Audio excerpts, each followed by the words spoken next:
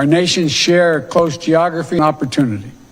Canadians and Americans are innovative, creative, entrepreneurial, competitive, open-hearted, and rights-respecting. There's nothing we cannot achieve when we commit ourselves to it. And when we work together, as the closest of friends should, we only make each other stronger. So thank you again, Mr. Prime Minister, for your friendship and for your leadership. I look forward to when we're able to meet in person and all that Canada and the United States are going to accomplish together. So God bless you, and thanks for today. Thank you so much, Joe. Thank you, tout le monde. Merci tout le monde. Let me begin by saying that all of us are thinking of our friends in Texas right now. I know Fast Power has been sending electricity down, and I told the President, Canada is here to help, however we can. Mr. President, it's been great to sit down with you this afternoon. This is, of course, not the first time we've worked together. Back in 2016, I had the pleasure of hosting you here in Ottawa as Vice President. Over dinner, I remember talking about how the extraordinary friendship between Canada and the United States has not just weathered changing seasons, it has grown ever deeper and stronger. Well, today, we're taking our next step forward. The President and I discussed the ambitious new partnership roadmap based on shared values and priorities that will guide us as we work together over the coming years. In the face of COVID-19, climate change, and rising inequality, this is our own time. We're not wasting any time in getting better together. Job one remains keeping people safe and ending this pandemic. This afternoon, the President and I discussed collaboration to beat COVID-19, from keeping peace supplies moving, supporting science and research, to joint efforts to international institutions. This pandemic unites and unifies. En président des forces communes pour combattre la COVID-19, on a aussi discuté de mesures strictes concernant le voyage pour protéger les gens des deux côtés de la frontière.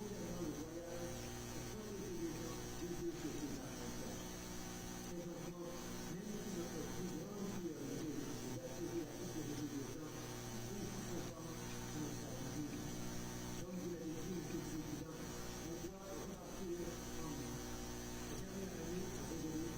détendue. Le moment est venu de repartir avec l'économie plus forte et tout le monde est rapporté. The new President and I are on the same page when it comes to standing up for middle class, and with millions of families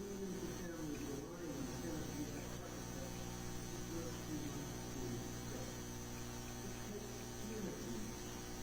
Canadian energy workers, power homes, and both sides of the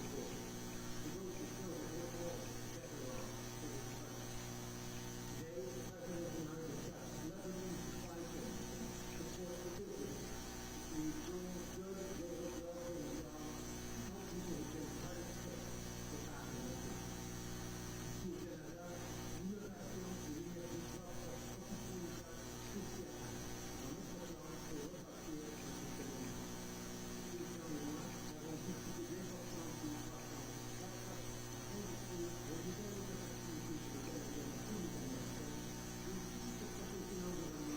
l'accord de Paris et atteindre les objectifs en termes de carbone. Finalement, on a aussi parlé des différents moyens de bâtir un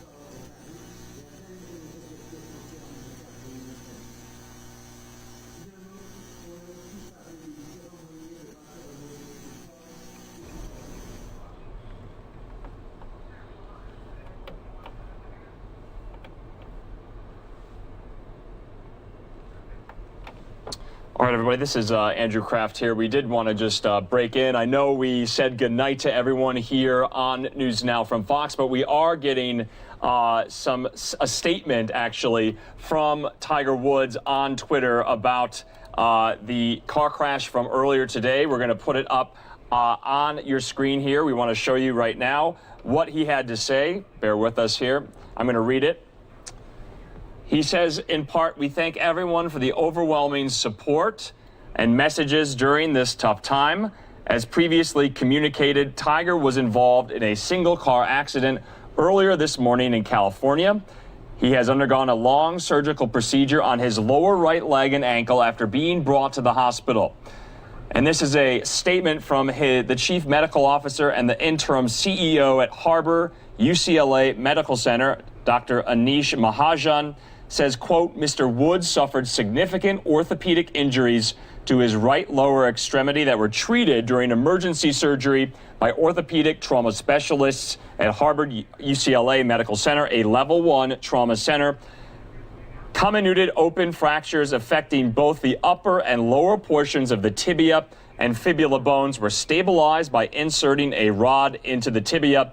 Additional injuries to the bones of the foot and ankle were stabilized with a combination of screws and pins. Trauma to the muscle and the soft tissue of the leg required surgical release of the covering of the muscles to relieve pressure due to swelling.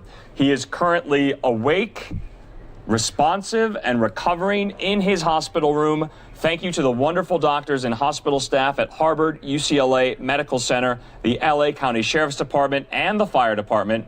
Your support and assistance has been outstanding. There are no further updates at this time, and we continue to thank you for your well wishes and privacy for him and his family. So at the moment, we're getting that statement there from Tiger Woods. It was posted on Twitter about 20 minutes ago.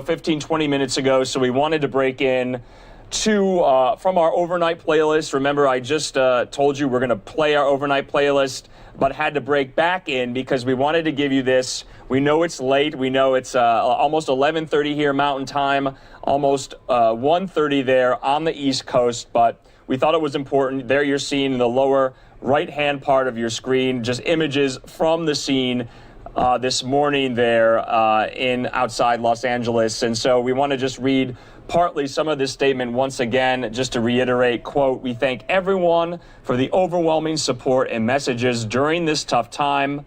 Mr. Woods suffered significant orthopedic injuries. He had surgery. He had fractures affecting both the upper and lower portions of the tibia and fibula. Those bones were stabilized by inserting a rod into the tibia. He's currently awake, responsive, and recovering in his hospital room, saying that they wanted to thank Harbor UCLA Medical Center, the LA County Sheriff's Department, and the Fire Department. They say your support and assistance has been outstanding. This is a statement saying thank you. There are no further updates at this time. And we want to thank you for your well wishes and privacy for him and his family. So we're going to leave you with that. We're going to leave you with that on this Tuesday night. See you back here at the same time tomorrow, Wednesday. For all of us here at News Now from Fox, it's been a busy day. Hope you have a good night.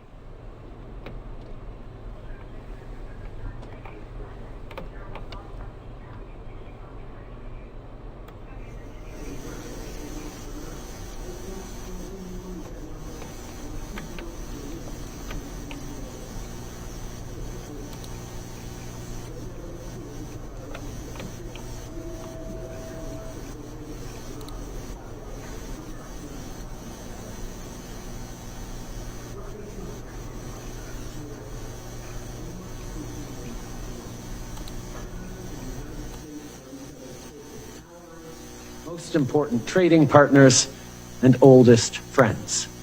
And we stand united to beat this pandemic and build a better tomorrow. And I know our bond will grow even stronger. Thank you, Mr. President. Thank you, Joe, for your leadership, for your engagement, and thank you in advance for all the great work we're going to be doing together. Thank you, Justin. Au revoir. Bonsoir. The United States has no closer friend than Canada. That's why you were my first call as president, my first bilateral meeting, and of course, my vice president spent some time living up in Montreal for high school, and so our channel of communication are wide open. As you know, we have a robust agenda today, and we're all best served when the United States and Canada work together and lead together in close coordination on a full range of issues we're going to discuss. COVID-19, economic recovery, climate change, refugees and migration, fighting for our democratic values on a global stage, and strengthening our own democracies at home. We spoke about this at the G7, but it's worth saying again. I believe the leaders of the major democracies, as leaders of the major democracies, we have responsibility to prove that democracy can still deliver for our people. There are a lot of leaders around the world who are trying to make the argument autocracy works better. Empowering the full participation of our people, expanding opportunity and equity for everybody, ensuring the benefits of growth are shared broadly. That's how we're going to win the battle for the future. So thank you again, Mr. Prime Minister, for your partnership and your enduring commitment to the U.S.-China U.S.-Canadian relationship. We're going to talk about China, and I'm looking forward to a very productive discussion. The floor is yours, Mr. Prime Minister. Thank you very much, Mr. President. It's so good to see you, Joe, and it's such a great opportunity for us to sit down and talk not just about this extraordinary friendship between our two countries, but all the work we have to do together to get through COVID, but also to keep making sure we're pulling our weight around the world and making the world a better and safer place for everyone, not just with this pandemic, but with everything else as well. It's a real pleasure to be able to see you today alongside Vice President Harris. I'm glad to be joined here by our Deputy Prime Minister, Chrystia Freeland, and our Foreign Minister, Mark Garneau, whose birthday it is today, so it's a special celebration for him. Lots of things to talk about. Obviously, COVID and how we're going to keep our citizens safe is top of mind, but we're also going to dig into the recovery, how we move forward on creating good jobs for Canadians and Americans, strengthening the middle class, helping those working hard to join it. As we move forward, there's a lot to rebuild. We're also going to talk about climate change, and thank you again for stepping up in such a big way on tackling climate change. U.S. leadership has been sorely missed over the past years, and I have to say, as we're preparing the joint rollout and communicate from this one, it's nice when the Americans pulling out all references to climate change and instead adding them in. So we're really excited to be working with you on that. Lots more to do. C'est un grand plaisir de pouvoir m'asseoir avec vous, Président Biden et Vice-président Harris, pour parler évidemment de la COVID, pour parler de la reconstruction économique et de la création d'emplois pour les Canadiens et les Américains dans les mois et les années à venir, et la lutte contre les changements climatiques qui demeure un élément essentiel de notre avenir, mais aussi de notre présent. I'm really looking forward to engaging with you all on these issues over the coming hours, but especially looking forward to getting to know your whole team as well. Vice President Harris, it's great to see you here. I'll turn it over to you now. Thank you, Mr. Prime Minister. It is good to see you. It was good to speak to you on the 1st of February. And as the President said, I spent many of my teenage years living in Montreal when my mother was teaching at McGill University and doing her research at the Jewish General Hospital there. So I have fond memories of my time in Montreal, and it certainly left me with a lasting impression about how much our two countries have in common in terms of shared values and priorities. And as the President has said, we have a lot to do, each of us, and together we can do a lot of it in addressing COVID, in addressing the impact of the pandemic on our countries, looking at where we have possibilities to work together, not only in terms of the public health and economic struggles of our country, but also what we have in terms of shared values around addressing the challenges of climate change.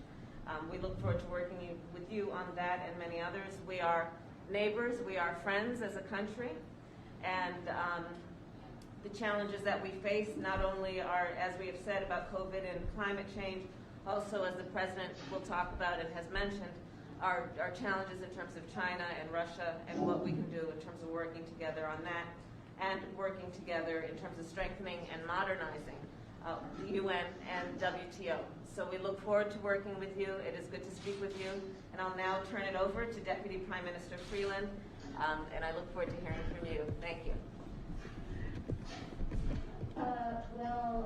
Madam Vice President, it gives me such pleasure to address that term directly to you.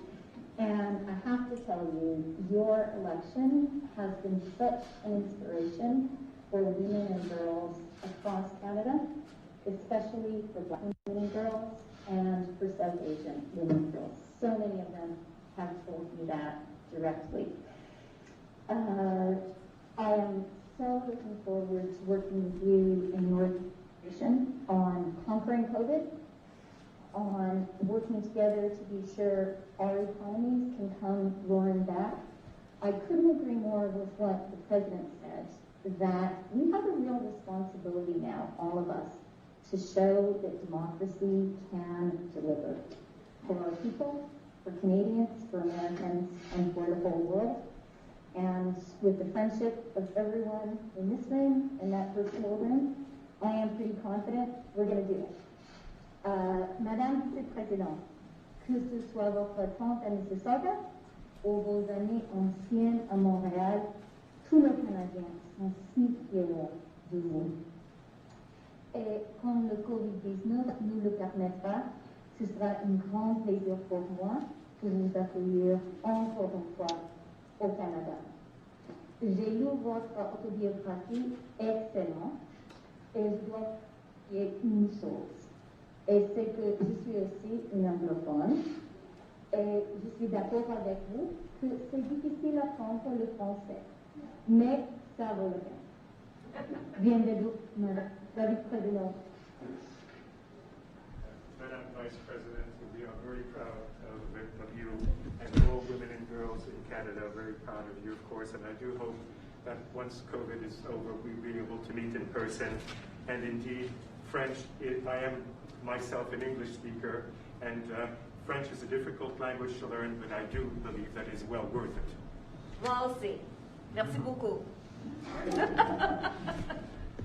Well, before we go on, I want to make sure you know Anthony Blinken, our Secretary of State, sitting here, right? And the fellow down here on the right-hand side is a guy named Jake Sullivan. He's a National Security Advisor. Continue to encourage Americans to mask up, respect social distancing, and abide by the public health guidelines.